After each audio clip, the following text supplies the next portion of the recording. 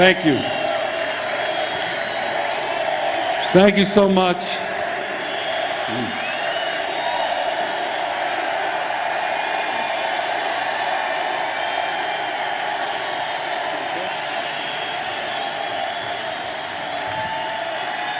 Thank you so much. Dano, I call him Dano. I'm so proud of you, son. Thank you. You did a great job. He literally wouldn't let Claire or I know what he was going to say, and thank you, son. I'm very proud.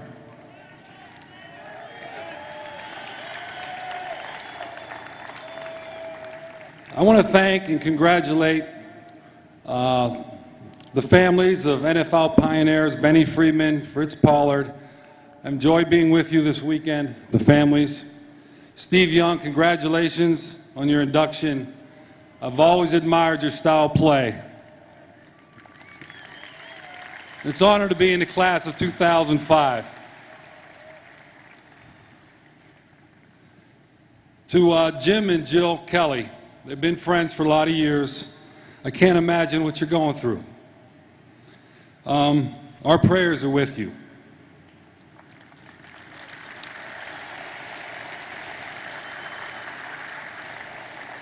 To the people of the Canton, wow, I mean, I just, what can I say? The pride that you all take in this weekend, the Hall of Fame weekend, I'm proud to be a part of it. You can count on me coming back all the time.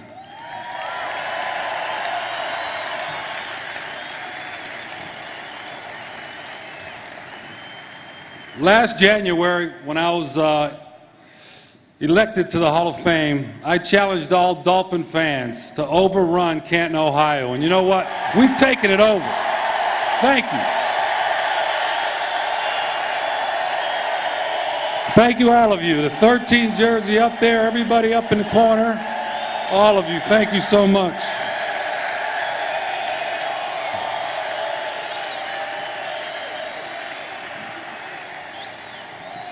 I started playing football when I was 10 years old. That year, my father and I took a short drive to a very special place, 90-minute drive from Pittsburgh to Canton, Ohio, where I spent the day with him at the Hall of Fame. And to think now that 33 years later, I'm actually here with my mother, my dad, my family, teammates, friends, being inducted in the Hall of Fame, it's overwhelming and an incredible honor. And it's also an honor to be up here with so many great Hall of Famers that include the great players and coaches that have made the game what it is today. It's humbling, and I'm proud to be part of this special club, guys. Thank you.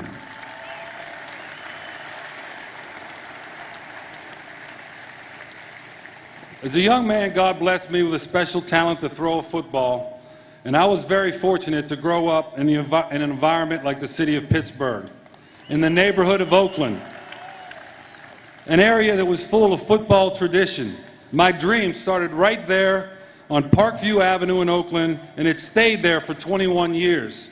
There's not many players that can say that they went to grade school, high school, college, all in the same neighborhood, all within a short walk from the home that I grew up in. It was literally a 10-minute walk from my home to the 50-yard line of Old Pitt Stadium.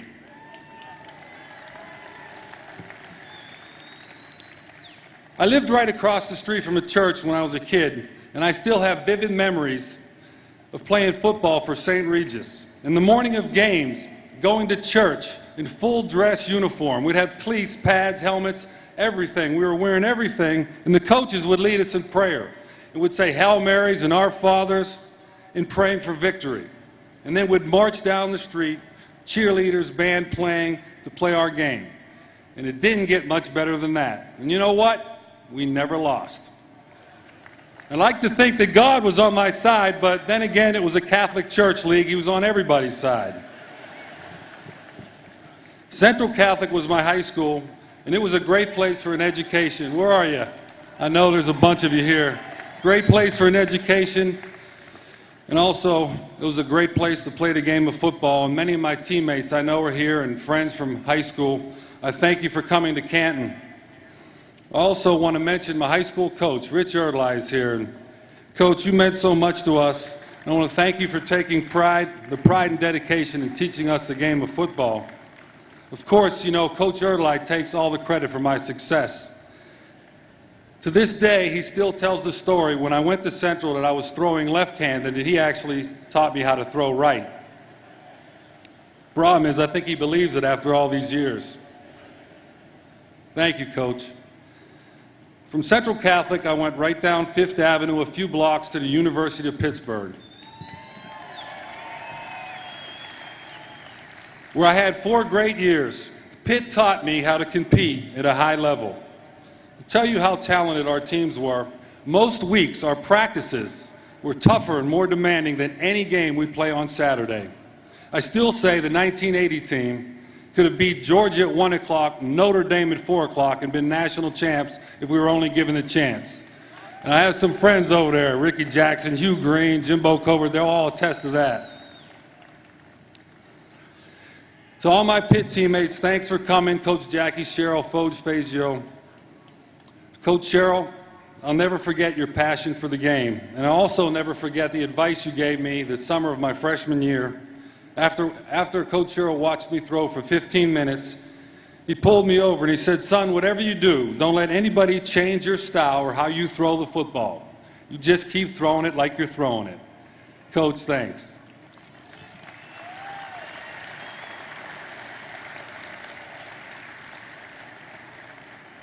Then came the 1983 draft, and I will say it was an interesting day.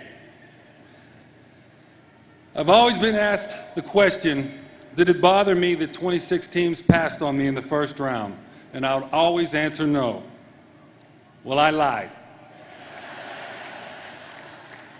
Today I want to thank those 26 teams for passing on me. You gave me an opportunity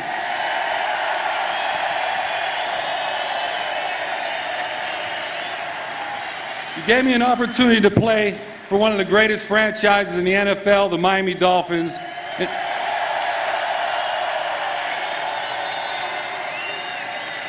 And be coached by the greatest coach ever, Don Shula.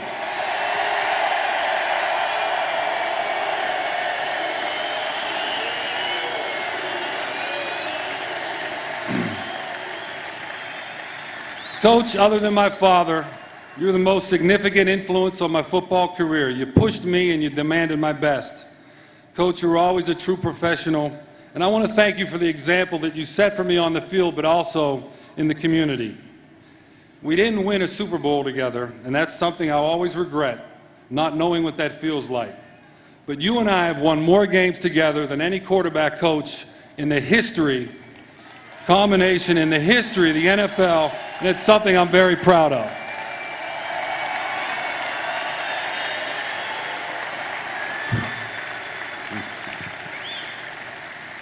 Football is the ultimate team game, and as you know, no one gets to the Hall of Fame alone. And I'm honored that so many of my Dolphin teammates are here today. Many of you showed up, and I thank you. And right from the start, you've helped me. I remember my first start, going back to 1983. It was against Buffalo, and I was a rookie. And to be honest, I was a little nervous. And as I stood on the sidelines, I remember a veteran safety coming up to me, Lau Blackwood. He came up to me with a serious look, and he shook my hand. He said, "Dan, good luck today. And I don't want you to feel any pressure, but remember this one thing. If you play bad, we'll lose." Now that's pressure on a rookie. For 17 years, I was blessed to play with so many great players and coaches. Through all the good times and bad, all the wins and losses, one thing I could count on is I could count on my teammates. I want to thank all the linemen, you guys for protecting me, all the receivers for the tough catches, all the coaches for helping me be the best player I could possibly be. I will cherish those Sundays that we lined up together. And to every Dolphin player that I've ever stepped on the field with, thank you for your sacrifice and your dedication. I know in my heart that I would not be here without you. All of you, every player, every coach, I share in my induction into the Hall of Fame, and I share in this bust. I mean that. I wish I could thank all of you individually, but I would like to mention a few. Two guys, Mark Duper and Mark Clayton. Yeah. Yeah, you deserve it. In 1984, we set a standard of throwing the football that teams are still trying to match today. And the one thing I remember most about Duper and Clayton is their competitive spirit and their attitude that they were the best. Every time they would come back to the huddle, they would always insist that they were open and that they always wanted the ball. And they constantly reminded me that they were making me a star. Thank you, guys. Hopefully I'll see you here someday, because you guys deserve it. Appreciate it.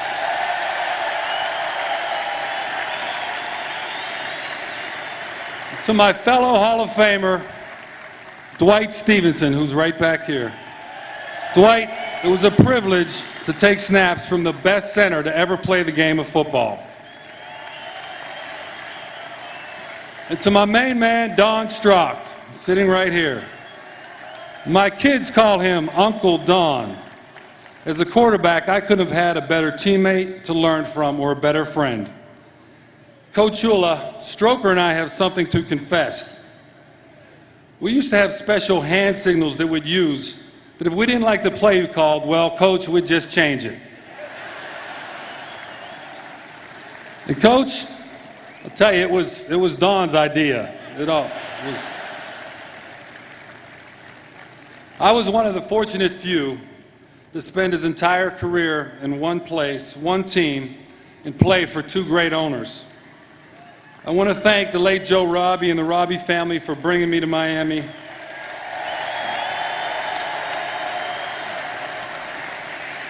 I want to thank Wayne and Marty Huizinga. Wayne, you were a great boss, but also you were a very special friend. Thank you for your commitment to the Dolphins, but also for your commitment to the community in sports in South Florida. That's right. There are so many in the Dolphin organization who've helped me over my career. The trainers, equipment staff, community relations, the PR department, and also one man that stood for class in the entire franchise, former President Eddie Jones. Eddie, I would like to thank you for your commitment to the Dolphins. And I want to thank all of you in the Dolphin organization for helping me on and off the field. You're all a special part of my career. This is a proud day, not only for me, but for the entire Marino family. And I'm blessed that you're all here. But there's one lady who's missing, Great-Grandma Marino.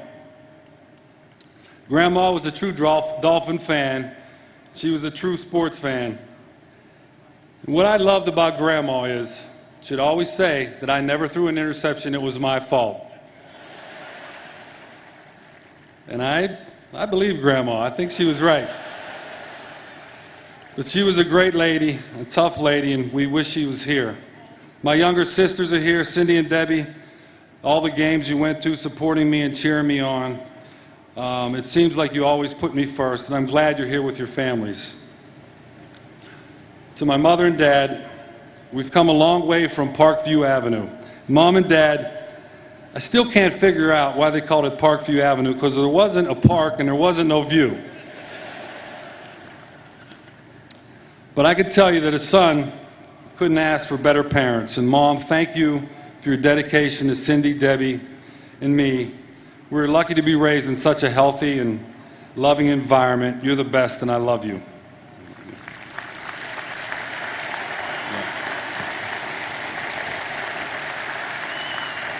Dad, my dad, you're my hero, Dad. You're my role model. You're the best coach I've ever had. You taught me how to throw a football. You taught me about hard work and how to be positive. And I've always remembered the times that we just sit and talk about football and about life. You taught me how to treat people the way you want to be treated. And you would always say that you didn't deserve anything in life. You only deserve what you earn. My only hope was that Claire and I could pass on those important values to our children. Thank you, Dad.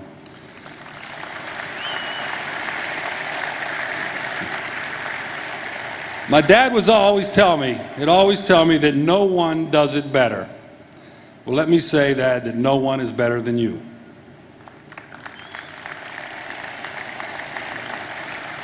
To Claire and the kids, Claire, kids, you guys are my true Hall of Famers. You guys are my whole life. You mean everything to me. Win or lose, no matter what the situation, kids and Claire, you're always there with smiles, hugs, and kisses. Dano, Michael, Joey, Allie, Nikki, Leah, I love you guys. Claire, we've had 21 years together. You've been my best friend. You've been an incredible mom. I can't imagine where I'd be without you. There's nothing better than going through life with your best friend right next to you along the way. And Claire, you've been my best friend. Thank you for making my life complete, and kids, making my life complete.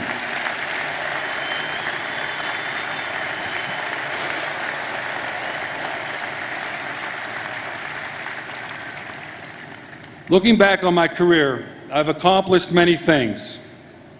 But what I cherish more than any record that I hold, any fourth quarter comeback, any win that I was involved in, what I cherish more are the relationships that I've made, the people I've worked with, the teammates I've lined up beside, the opponents that I've competed against, the friends and family. That's what I cherish most. My son and I talked about what I was going to talk about in my speech, and when it went back and forth, he said, "Dad, you need to tell everyone what you missed most about the game."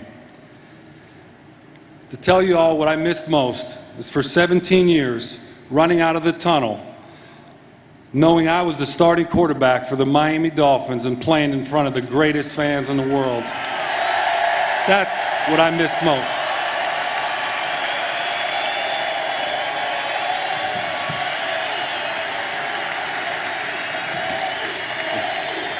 Now, it's time. I'm going to start licking my fingers a little bit, because you know what happens when I lick my fingers.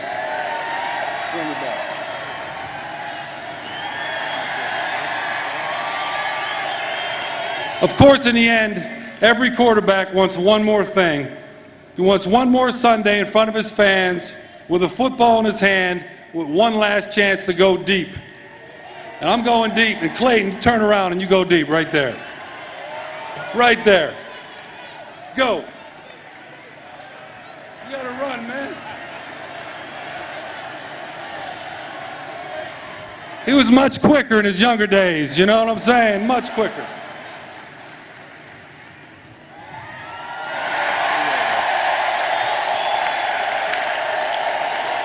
Thank you, Mark. Thank you, Dolphin fans, for coming. I'll remember this day the rest of my life. Claire, kids, mom, dad, thank you.